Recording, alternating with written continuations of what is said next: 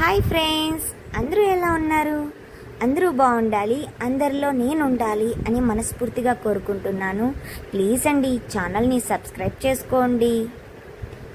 ఆ తర్వాతే కదా నేను మంచి మంచి వీడియోస్ పెట్టగలను. ఆడపిల్ల జీవితం అని చెప్పి ఒక వెబ్ సిరీస్ తీయాలనుకుంటున్నాను. అది నా లైఫ్లో జరిగిన స్టోరీ.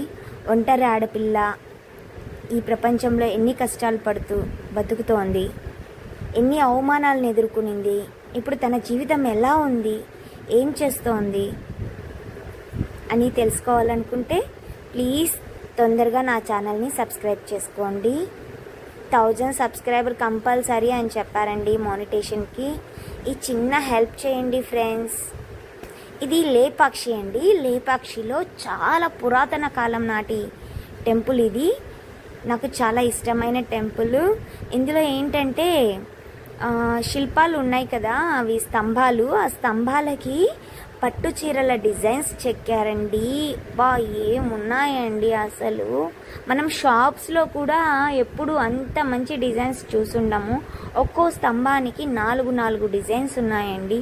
ఇప్పుడు కంప్యూటర్లు అవి ఇవి వచ్చాయి డిజైన్స్కి, కానీ అప్పట్లోనే మన వాళ్ళు పూర్వీకులు అలాంటి డిజైన్స్ని తయారు చేశారంటే వాళ్ళకి ఎంత నాలెడ్జ్ ఉండాలి కదా.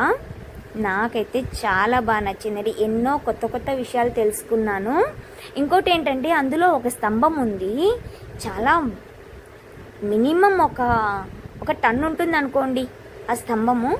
ఓన్లీ గాలిలో చిన్న కమ్మి సాయంతో నిలబడిందండి ఆ స్తంభం. దాని కింద ఎటువంటి సపోర్ట్ లేదండి. నేను కర్చీఫ్ తీసాను దాని కింద నుంచి. ఎటువంటి తగులుకోవడం కానీ ఇరుక్కోవడం కానీ జరగలేదు. ఈజీగా కర్చీఫ్ బయటకు వచ్చిందండి. బాగుంది అసలు. నిజంగా నేను చిన్నప్పటి నుంచి చూస్తున్నాను.